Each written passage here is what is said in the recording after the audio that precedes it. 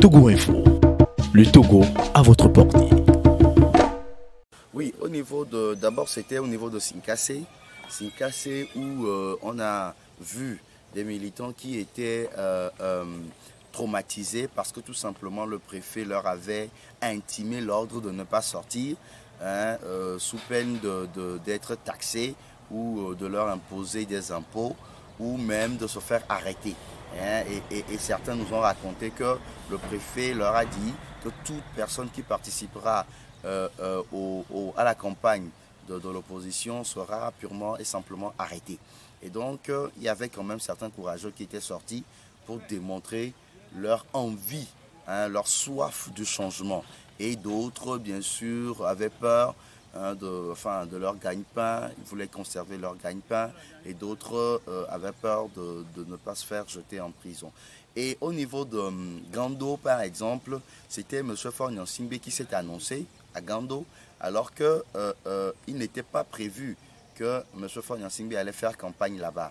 C'était l'ANC dans le programme qui a été soumis au ministère de l'administration territoriale.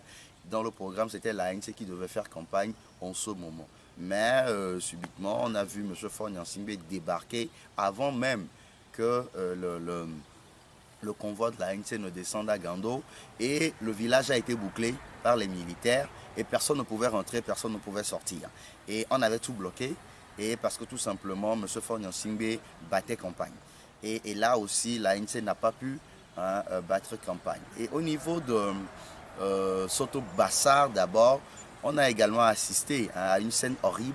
C'était des jeunes militants de l'UNIR qui ont voulu interdire à l'ANC de battre campagne là où elle devait le faire alors qu'elle avait l'autorisation du maire et des autorités pour battre campagne. Et donc, ces jeunes étaient arrivés pour empêcher l'ANC de battre campagne. Mais je crois que les jeunes de l'ANC, la population, les jeunes de Bassar, se sont rigoureusement opposés à cela. Ils se sont opposés à ces miliciens-là qui étaient venus avec des armes blanches dans leur voiture et qui voulaient agresser. Et les jeunes de Bassar sont sortis avec également des armes blanches pour les menacer et leur dire de rebourser chemin, sinon il y aura des dégâts. Et donc ces miliciens ont eu peur et ils sont repartis.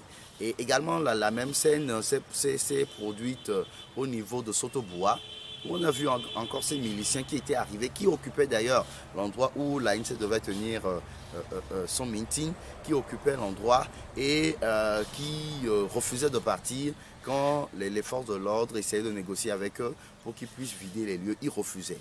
Et c'est en ce moment que l'ANC, les militants de l'ANC de la zone se sont opposés à cela et ont chassé ces miliciens-là de l'endroit et l'ANC a pu tenir son...